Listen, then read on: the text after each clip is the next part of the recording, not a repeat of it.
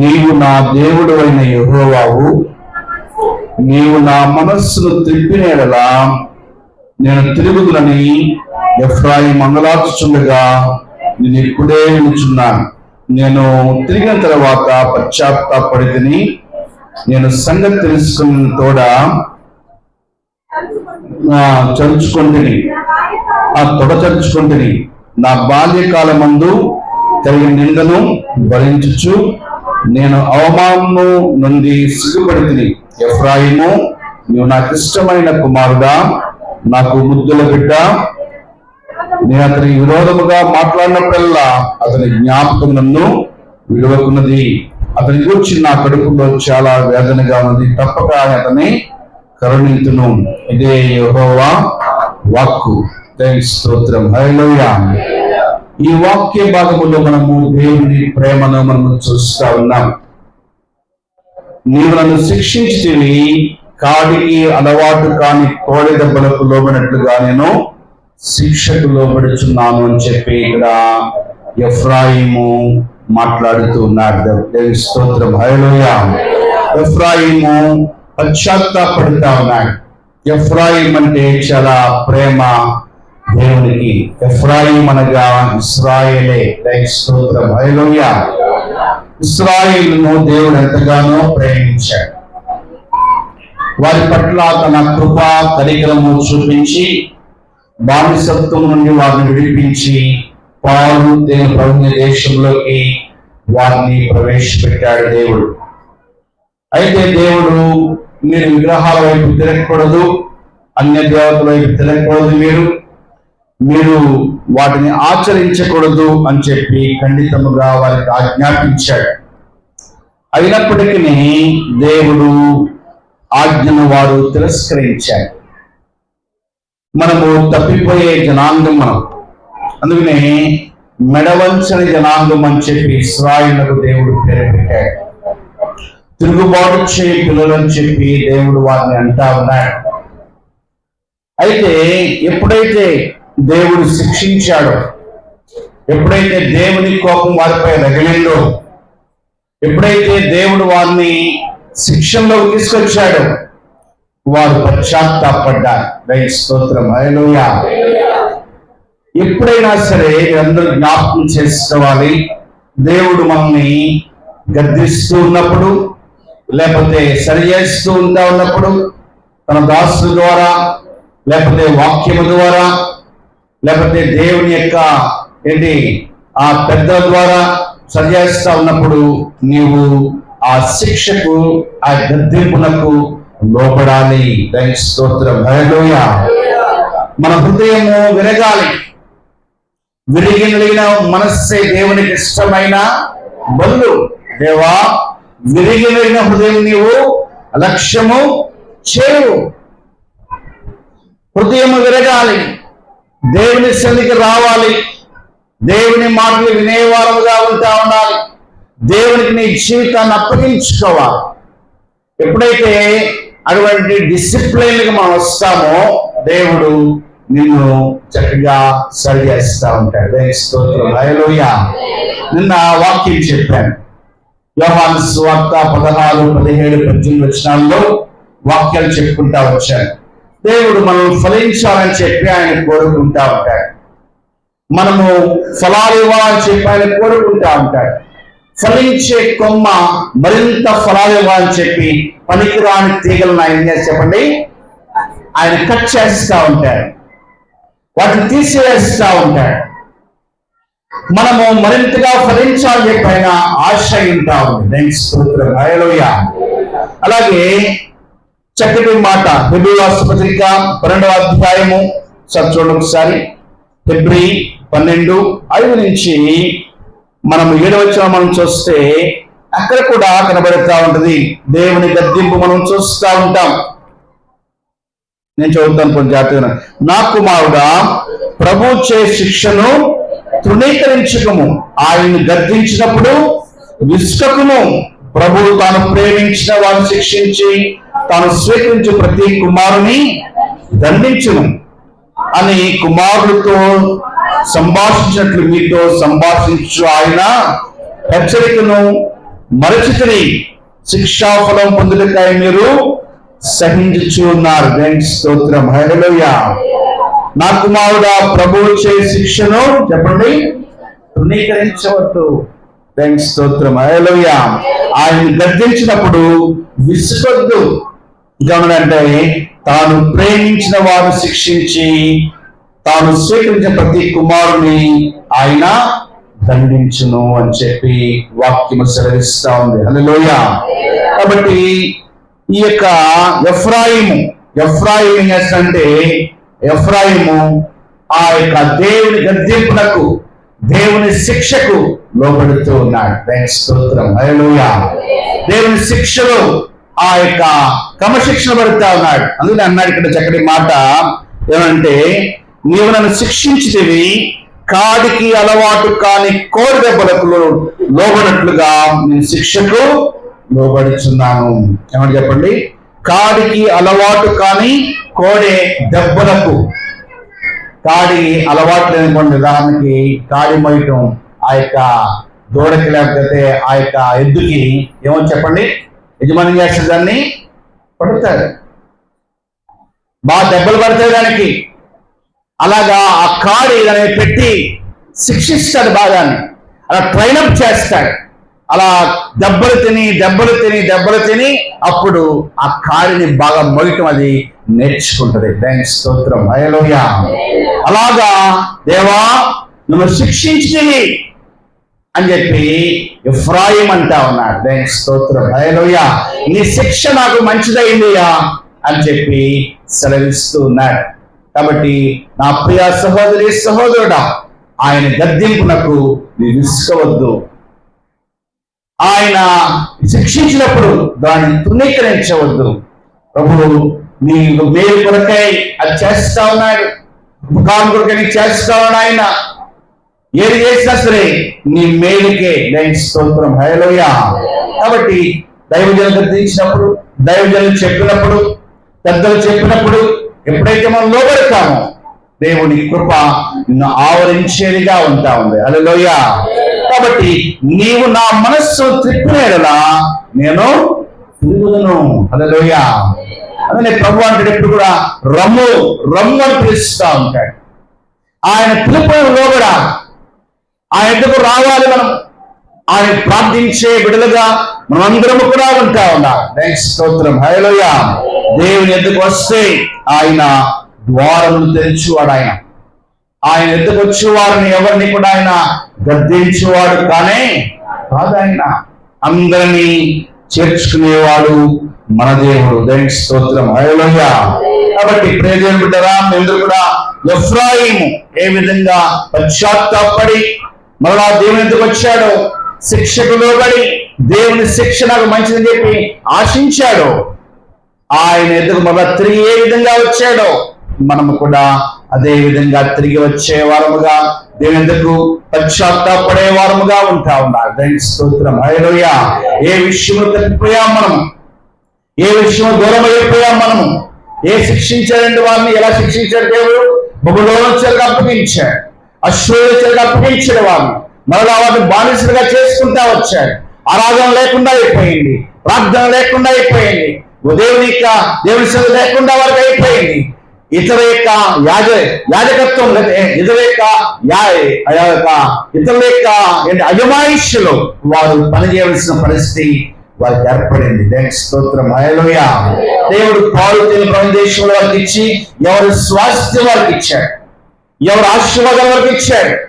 దేవుణ్ణి కొలవండ్రా, దేవుని సేవించండిగా చెప్తే వారు మాట విన్నది కాబట్టి ఆ దేశాన్ని విడిచి వారు బబులోను చెరకు వారు వెళ్ళిపోవాల్సిన పరిస్థితి ఏర్పడింది. అయితే మరలా అన్నాడు, ప్రభువా నీవు నన్ను శిక్షించుట మంచిదైంది. హల్లెలూయా.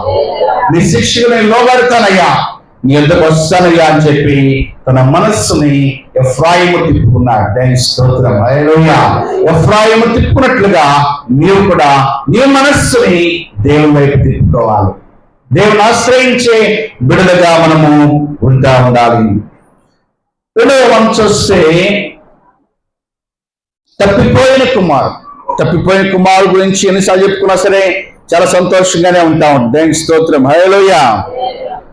మన యొక్క జీవితంలో పశ్చాత్తాపం కలుగుతూనే ఉంటా ఉంటుంది. దేవునికి స్తోత్రం. హల్లెలూయా.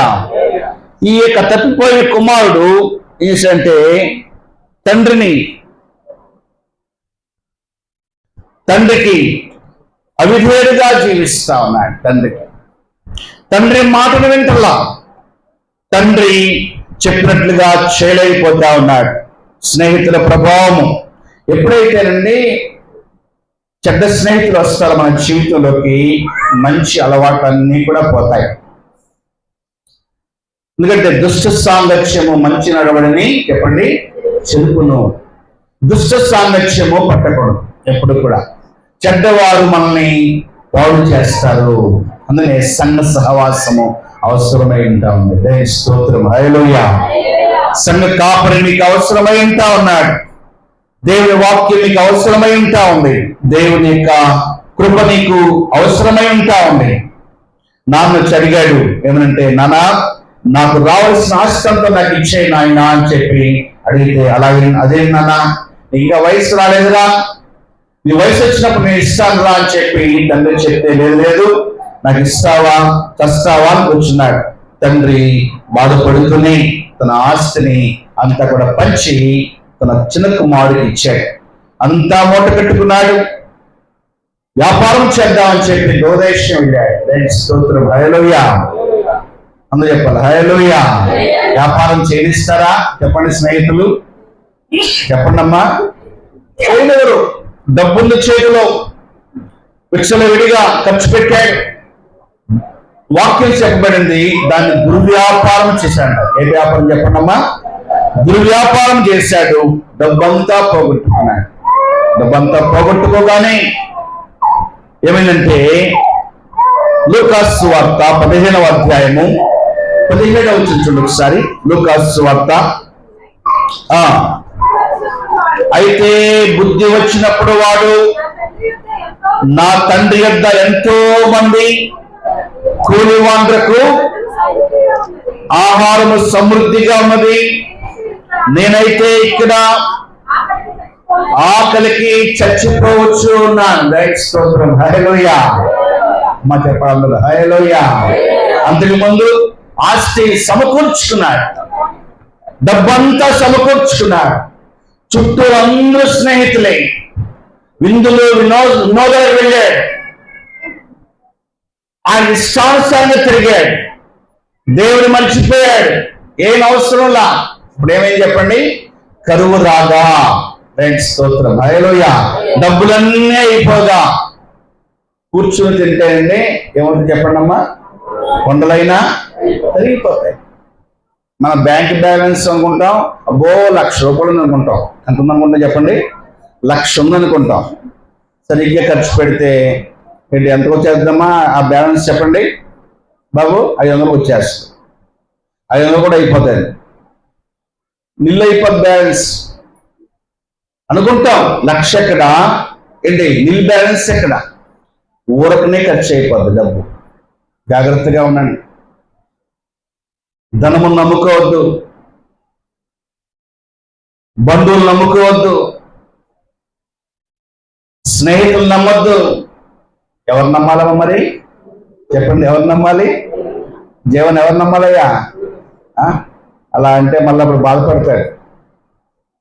స్నేహితుల్ని, మంచి స్నేహితులు నమ్మాలి. దేవుని స్తోత్రం. హల్లెలూయా. దుష్ట సాంగత్యము మంచి నడవడిని చెరుపును. మేము చాలా మందితో స్నేహం చేస్తాం. నేను చాలాసార్లు చెప్పాను మీకు, నాకు ఈ దేశంలో ప్రతి రాష్ట్రంలో స్నేహితులు ఉన్నారు. అబద్ధం అట్లనే ప్రతి రాష్ట్రంలో ఉంటారు. మాకు ఢిల్లీ వెళ్తే ఢిల్లీలో ఉంటారు, పంజాబ్ వెళ్తే పంజాబ్లో ఉంటారు, చెన్నై వెళ్తే చెన్నైలో ఉంటారు, గుజరాత్ వెళ్తే గుజరాత్లో ఉంటారు.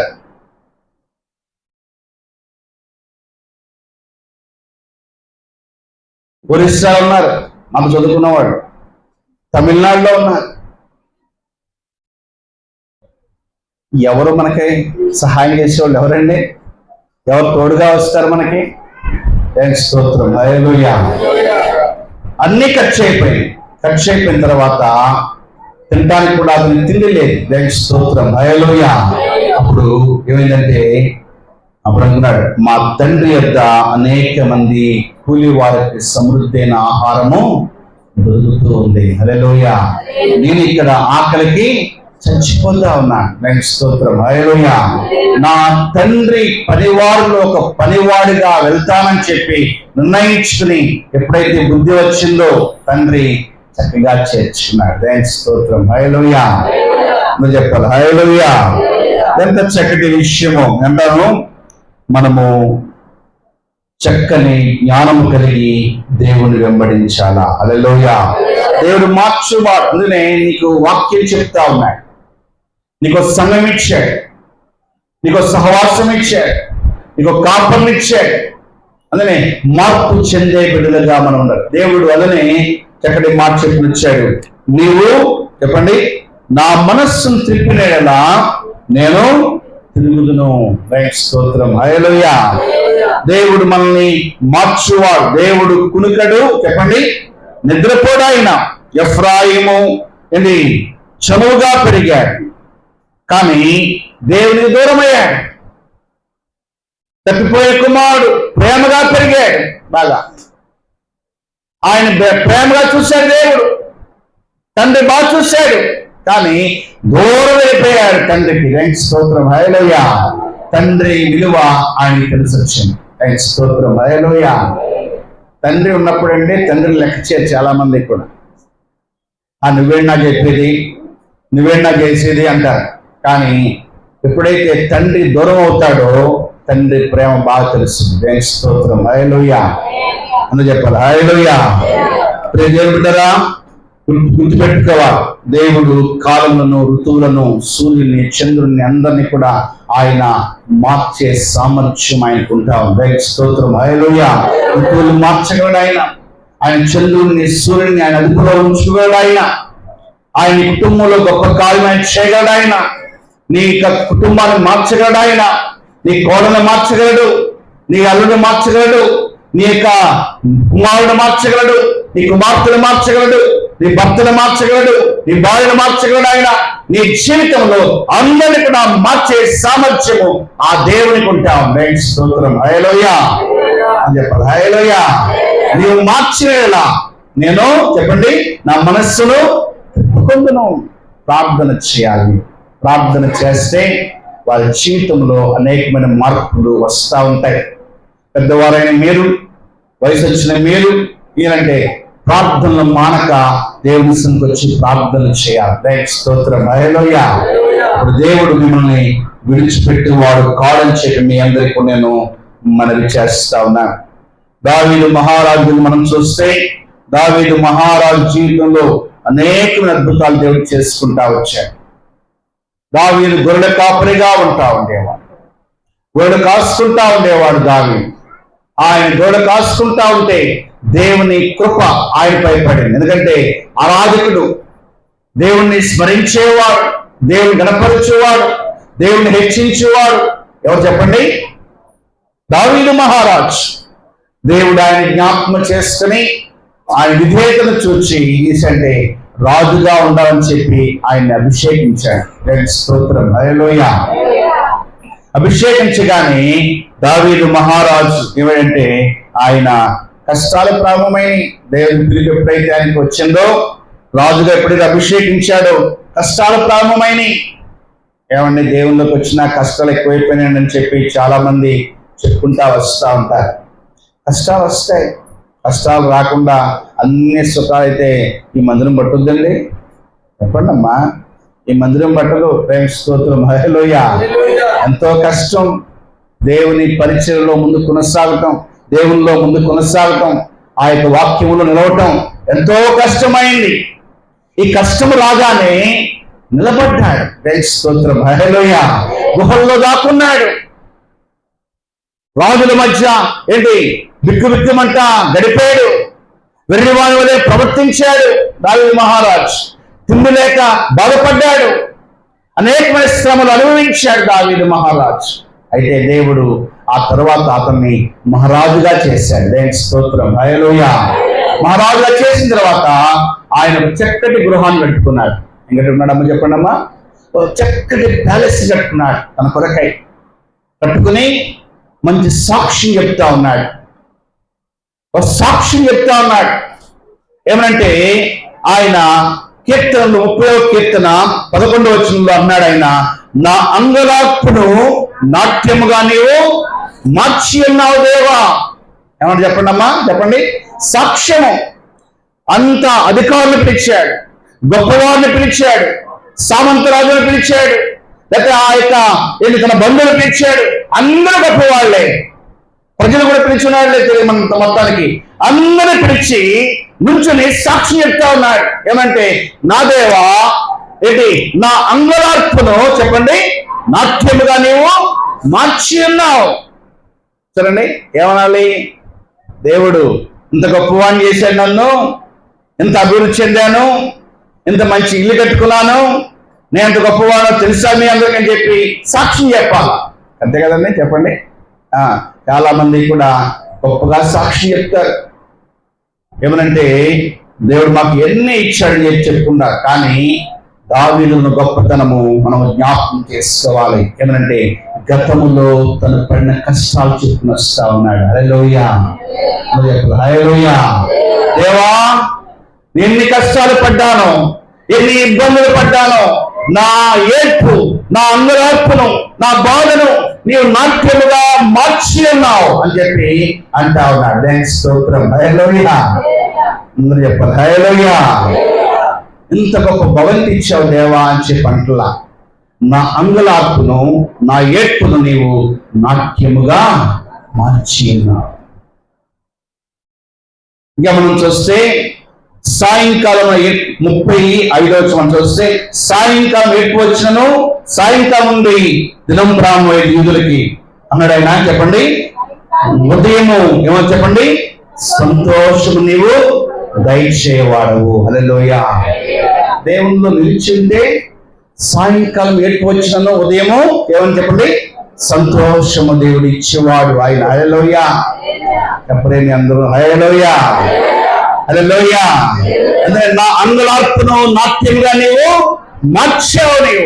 నీవు త్రిప్పినేలా నా మనసు నేను తిప్పుకొందును. నీవు మార్చేలా నా జీవితము చెప్పండి మార్పు చెందుద్ది. హల్లెలూయా. దేవుడు నీ అంగలార్పును నాట్యముగా మార్చేవాడు ఆయన. స్తోత్రం. హల్లెలూయా. నీ దుఃఖాన్ని నాట్యముగా మార్చేవాడిని దేవుడు. స్తోత్రం. హల్లెలూయా. ఆయన అంతకుముందు ప్రార్థన చేస్తా ఉన్నాడు. కీర్తనలు 6:6 నేను మూలవలసి ఉన్నాను, ప్రతి రాత్రి పరుపును తెరచేయుచున్నా అని చెప్పి ప్రార్థన చేస్తా ఉన్నాడు. ఏమని చెప్పండి, నేను మూలవచ్చు అలసి ఉన్నాను, ప్రతి రాత్రి నా పరుపును తెరచేయుచు ఉన్నాను. నా కన్నీళ్ళ చేత అమ్మా నా పరుపు కొట్టుకుని పోతా ఉంది. హల్లెలూయా. అంతగా ఏడ్చాడు దావీదు. దేవునికి స్తోత్రం. హల్లెలూయా. అంతగా రోధించాడు. మరి నీకు అంత ఏడుపు ఉందో లేదో నాకు తెలియదు, కానీ దేవుడు అంటాడు ఆయన నీ అంగలార్పును నాట్యముగా మార్చేదే. హల్లెలూయా. ఏమున్నమ్మా విశ్వాసం ఉంచాలి. దేవుడిని అంగలార్పు నాట్యముగా మార్చేవాడు. స్తోత్రం. హల్లెలూయా. చెప్పరే అందరూ హల్లెలూయా. దేవుని చేతిలో పడితే అండి ఎంతో ఆశీర్వాదకరం. చాలా మంది భయపడతా ఉంటారు. దేవుని చేతిలో పడాలి. కష్టాలు వస్తున్నాయి కదా అని గౌరవం కూడా దేవునికి మరింత దగ్గర అవ్వాలి, బాగా మరింత చేరువవ్వాలి ఆయనకి. అప్పుడు నీ అంగలార్పును నాట్యముగా ఆయన మార్చివేసేవాడు ఆయన. దేవునికి స్తోత్రం. హల్లెలూయా. అందరూ చెప్పాలి హల్లెలూయా. మమ్మల్ని చూసి అంటారు కొంతమంది, పెద్ద పెద్ద ఉద్యోగస్తులు లేని గొప్ప భాగ్యము దేవుడు మీకు ఇచ్చాడండి, మేము బతకలేకపోతున్నాము, ఇంత శాలరీ వచ్చినా సరే మీరు ఎలా బతుకుతున్నారని చెప్పి అంటా ఉంటారు. దేవునికి స్తోత్రం. హల్లెలూయా. దేవునిపై ఆధారపడితే ఆయనే నడిపిస్తాడు మనల్ని, ఆయనే సహాయకుడిగా ఉంటాడు. అందుకనే నా అంగలార్పును చెప్పండి అమ్మని చెప్పండి నాట్యముగా మార్చిన ప్రార్థన జీవితాన్ని నాట్యముగా మార్చు. 126వ కీర్తనలో 5వ వచనం అంటాడు, కన్నీళ్లు విడిచి విత్తువాడు ఏమని చెప్పండి, సంతోష గానముతో పంటకు వస్తాడు. దైవ స్తోత్రం. హల్లెలూయా. పిడికెడు విత్తనం చేతపట్టుకుని ఏడ్చుపోవాడు పనులు మోసుకుంటూ ఇంటికి తిరిగి వస్తాడు. దైవ స్తోత్రం. హల్లెలూయా. కన్నీళ్లు విడిస్తూ విత్తువాడు, కన్నీళ్లు విడిస్తూ విత్తాలి. విత్తనం వేయాలి. విత్తనం వేస్తేనే కదండి ఏమొస్తుంది చెప్పండి అమ్మా, ఏమొస్తుంది చెప్పండి, పంట వస్తుంది. దైవ స్తోత్రం. హల్లెలూయా. పంట వస్తుంది. విత్తనం విత్తకుండా పంటలో వస్తుంది.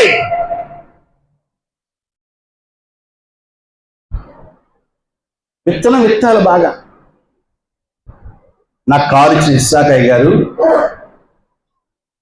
మేము ఆయన ప్రారంభంలో ఆయన సేవ చేస్తూ ఉండేవారు. ఆయన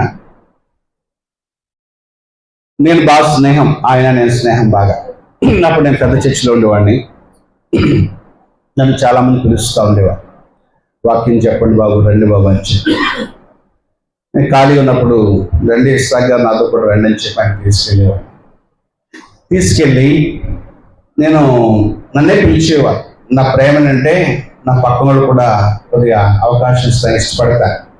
నాకు వాక్యం ఇవ్వకముందు ఇస్సాక్ గారికి కూడా ఇవ్వను కొద్దిసేపు వాక్యం, ఆయన వాక్యం చెప్తారని ఇవ్వను. అక్కడే సంతోషపడేవాడు బాగా. ఆయన ముందు నాకు ఇస్తున్నాడని చెప్పి ఆయన చెప్పేవాడు ముందు, తర్వాత నేను లేచి వాక్యం చెప్పేవాడు. నాకేదో కానుక 3,000 2,000 అలా ఇంకా ఇచ్చేవారు. అప్పట్లో అదంతా గొప్ప అప్పటికాలం. అప్పుడు బయటకు వచ్చిన తర్వాత సగం డబ్బు తీసి ఆయనకి ఇచ్చేవాడిని. మా ఏం చేసేవాడిని చెప్పండి, సగం డబ్బు కానుక ఆయనకి ఇచ్చేవాడిని. ఆ విత్తనము, ఆ స్నేహము దేవుడు నాకు ఆశీర్వాదకరంగా మార్చాడు. దైవ స్తోత్రం. హల్లెలూయా. చెప్పాలి హల్లెలూయా.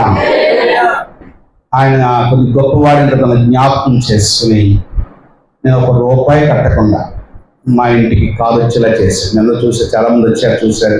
దైవ స్తోత్రం. హల్లెలూయా. ఆయన కారు తాళం ఇచ్చి వెళ్ళిపోయాడు. మీటింగ్లో కూడా పూర్తిగా లేడు ఆయన. దేవుని సంగమా, విత్తనము విత్తని బాగా. విత్తనం విత్తితే పంటను సమృద్ధిగా మీరు వస్తుంది. రాత్రి చెప్పాను, ఒక విత్తనం విత్తితే చెప్పండి ఎన్ని వస్తుంది చెప్పండి, 100 కొద్దిగా వస్తాయి. ఈ చెట్టు ఒక విత్తనమే.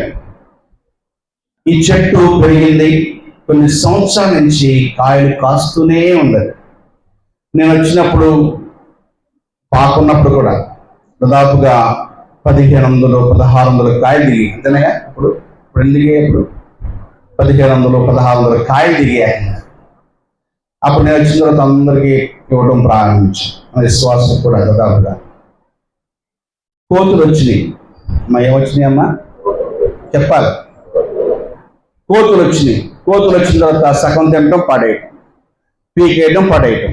కోతులతో పాటు మనుషులు కూడా జాయిన్ అయ్యారు. ఎవరమ్మా చెప్పండి, కోతుల పేరు చెప్పుకుని మనుషులు కూడా పీకేయడం కోసేయడం ప్రారంభించారు. మరి కోతులు ఎందులో కొట్టుకుపోద్ది చెప్పండి, ఎందులో కొట్టుకుపోద్ది, కోతులు కొట్టుకుపోద్ది. వాళ్ళు కూడా పీకేశారు మొత్తానికి. ఎన్ని వచ్చినాయండి రమేష్ మోదీస్ గారు చెప్పారు రాత్రి, ఎన్ని వచ్చినాయయ్యా, 400 కాయలు వచ్చినాయి. అంటాను, నీవు కనుక చెడ్డవారి మాటలు వింటే నీ ఫలాలు చెప్పండి తరిగిపోతాయి. హల్లెలూయా. చెడ్డవారి చేతిలో పడినా సరే, చెడ్డవారి మాటలు విన్నా సరే, నీ ఫలములు తరిగిపోతాయి. నేను చాలా బాధపడ్డాను ఈ సంవత్సరం.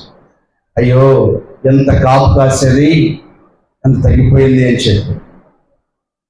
అప్పుడు ఎవరికి ఇవ్వాల్సిన వాళ్ళకి ఇచ్చేసాం, కొద్దిగా ఇచ్చేసాం మొత్తానికి. నేను కొద్దిగా తీసుకెళ్ళాను, 40,000 తీసుకెళ్ళాను. నేను కూడా పెద్ద ఎక్కువ తీసుకెళ్ళను. నేనేమన్నానంటే విత్తుని బాగా విత్తుతో మానేస్తా ఉన్నారు మీ అందరూ కూడా. ప్రార్థన, కన్నీళ్లతో ప్రార్థన విత్తాల. ఏం విత్తాలమ్మ చెప్పండి, ప్రార్థన విత్తాల. ప్రార్థన చేస్తే నీ జీవితంలో నీవు పాడపోసుకుంటావు. ప్రార్థన జీవితం లేకపోతే నువ్వు ఎలా పంటను కోస్తావు. స్తోత్రం. హల్లెలూయా. కాబట్టి ప్రార్థన నీ జీవితాన్ని చేసండి ఓ పంట కోసేదిగా ఉంటాం. వాక్యము నీ హృదయంలో విత్తాలి. అది ఫలిస్తుంది. నీకు వచ్చే రాబడిలో దేవుడు ఎత్తాలి, అది ఫలిస్తుంది, ఫలాలిస్తుంది.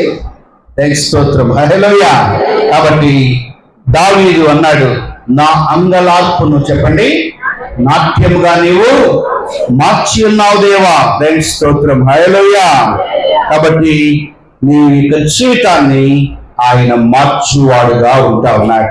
చూడండి, మనం చూద్దాం 2 సమూయేలు 15వ అధ్యాయము 31వ వచనం చూద్దాం. మనం ఒకసారి 2 సమూయేలు 15వ అధ్యాయము 31వ వచనం చూద్దాం.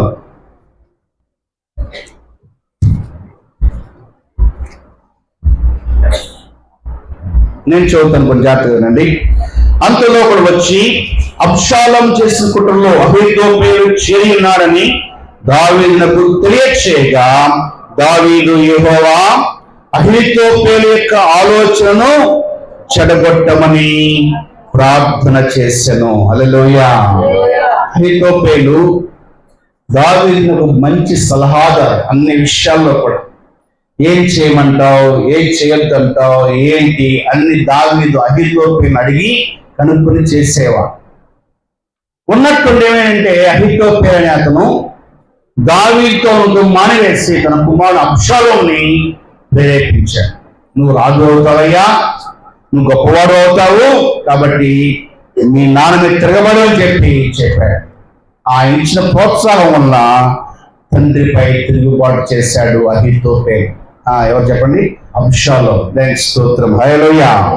అబ్షాలోము కనుకే దావీదు ఏమనకుండా వట్టి కాలుతో వెళ్ళిపోయాడు. స్తోత్రం, హల్లెలూయా. ఇంకొన్నైతే కత్తితో డబ్బు చంపేసేవాడు దావీదు.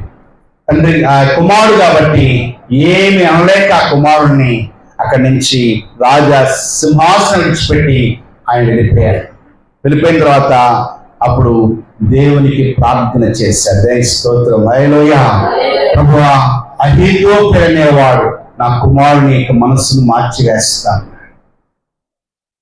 వాడి దుష్ట మనస్సును మార్చుదేవా అని చెప్పి దేవునికి ప్రార్థన చేశాడు. హల్లెలూయా. చెప్పాలి, హల్లెలూయా. అప్పుడు ఆ తర్వాత అహీతోపెలు ఉరిపోసుకుని చనిపోతాడు. అబ్షాలోము యుద్ధాన్ని పరిగెడుతూ ఏమంటే ఆ చెట్టుకి వేలాడి అతడు చంపబడతాడు. ప్రార్థన నీ దుస్తుల్ని పారద్రోలుద్ది. స్తోత్రం, హల్లెలూయా. నీపై లేచి వారిని వారి హృదయాలన్నా మార్చుద్ది, నీ జీవితం అన్నా మారుద్ది. స్తోత్రం, హల్లెలూయా. దావీదు చేసినల్లా ఒకటే, కుమారుడు యుద్ధము చేయలా, కానీ ప్రార్థన చేశాడు. స్తోత్రం, హల్లెలూయా. ప్రార్థన అంత శక్తివంతం,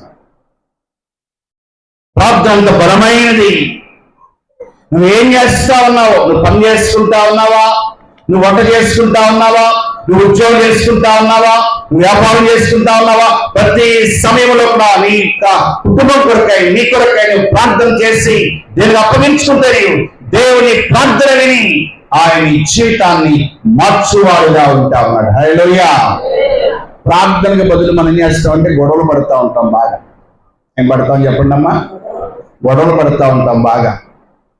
నీ తప్పు, నీ తప్పు, నా తప్పు కాదు, నీ తప్పు, నీ తప్పు అని చెప్పి ఒకరి మీద ఒకరు చెప్పుకుంటా ఉంటాం మనం. ఇదే సరిపోద్ది. ఉదయం నుంచి అర్ధరాత్రి ఇదే, నా తప్పు లేదు నీ తప్పే, నీ తప్పు లేదు నా తప్పే. ఆ నా తప్పు అని ఒప్పుకుని కూడా ఉండదు. నేను తప్పు చేయలే, ఎవరు తప్పు చేశారమ్మా? ఏ పనులు అవన్నీ మానుకోవాలి, ప్రార్థన చేయడం మనం నేర్చుకోవాలి. హల్లెలూయా, హల్లెలూయా. దావీదు అహీతోపెలు యొక్క చెప్పండి మనస్సుని, ఆలోచనని మార్చుదేవా అని చెప్పి ప్రార్థన చేశాడు. దేవుడు తిప్పాడు. స్తోత్రం, హల్లెలూయా. మళ్ళా రాజరికం ఆయనకి ఇచ్చాడు దావీదునకు. కాబట్టి దేవుని జనాంగమా, మీ అందరూ కూడా చక్కగా ప్రార్థనిస్తే దేవుడు మీ జీవితంలో అనేకమైన మేలు చేస్తాడు. స్తోత్రం, హల్లెలూయా. చూడండి ఒకసారి సంఖ్యాకాండము 22వ అధ్యాయము 21 చదవండి. ఉదయం బిలాము లేచి తన గాడిదకు గంత కట్టి మోయాబు అధికారులతో కూడా వెళ్ళను. ఎందుకు వెళ్తా ఉన్నాడు?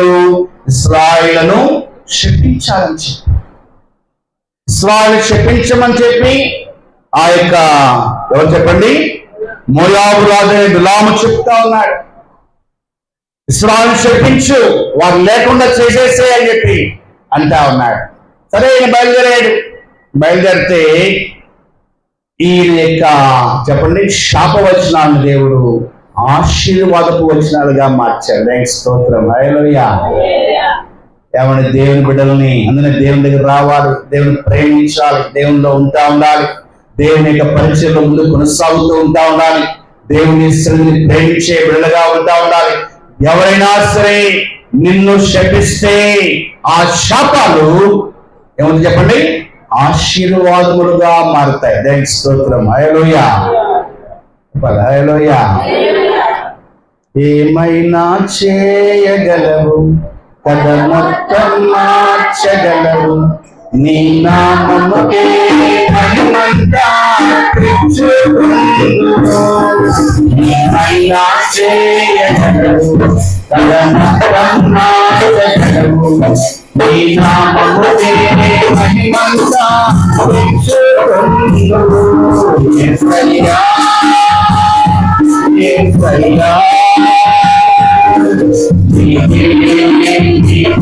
సాధ్యము. యేసయ్యా, యేసయ్యా, సాధ్యము. స్థిరపరచువాడవు, బలపరచువాడవు, ఈయన జ్యోతి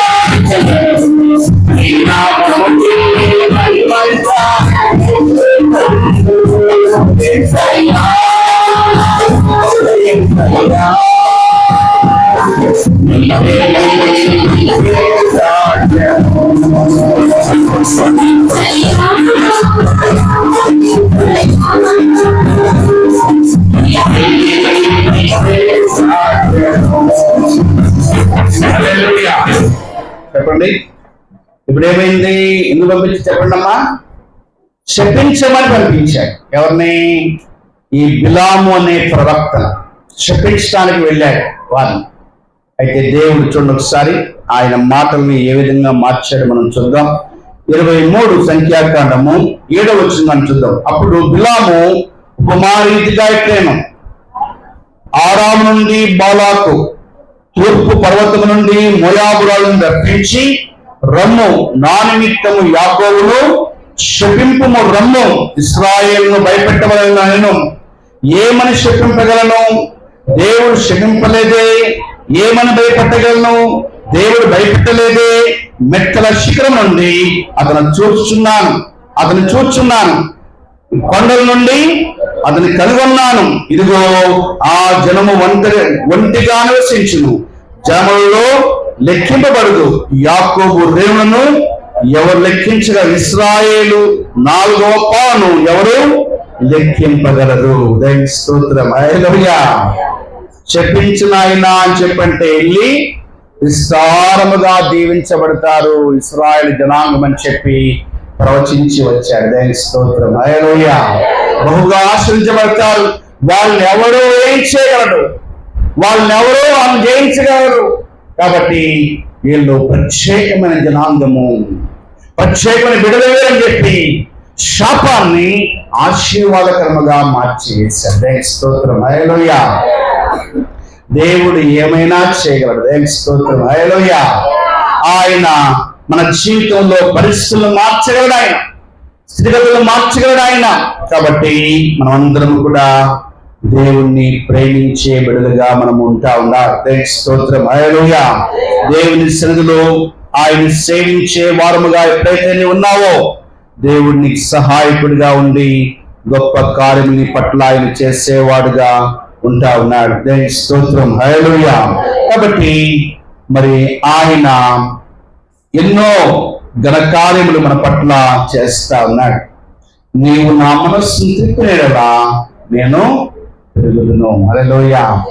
నేనేం చేయాలంటే, ప్రభువా నా మనస్సు అటు ఇటు వెళ్తా ఉంది, నా మనస్సు ఏకాగ్రత లేదు, నా మనస్సు సరిగ్గా ఉన్నట్లా, భక్తి మీద శ్రద్ధ పుట్టట్లా నాకు. కాబట్టి నా మనస్సును తిప్పుదేవా. దేవునికి స్తోత్రం. హల్లెలూయా. నా ఆలోచన సరిచేయను ఆయన, నాకు తోడుగా రా ప్రభువా, నన్ను నడిపించు దేవా. నా కుటుంబం దీవించబడాలి, నా బిడ్డలు ఆశ్రయించబడాలి, నీ మాట వింటాను ప్రభువా అని చెప్పి నువ్వు తీర్మానం చేస్తున్నట్టయితే దేవుడు నీ శాపాలని ఆశీర్వాదకరంగా మారుస్తాడు. హల్లెలూయా. హల్లెలూయా. ఏ తెగులు నీకు వారము సమీపించదయ్యా, అపాయమేమీ రానే రాదు, రానే రాదన్నా.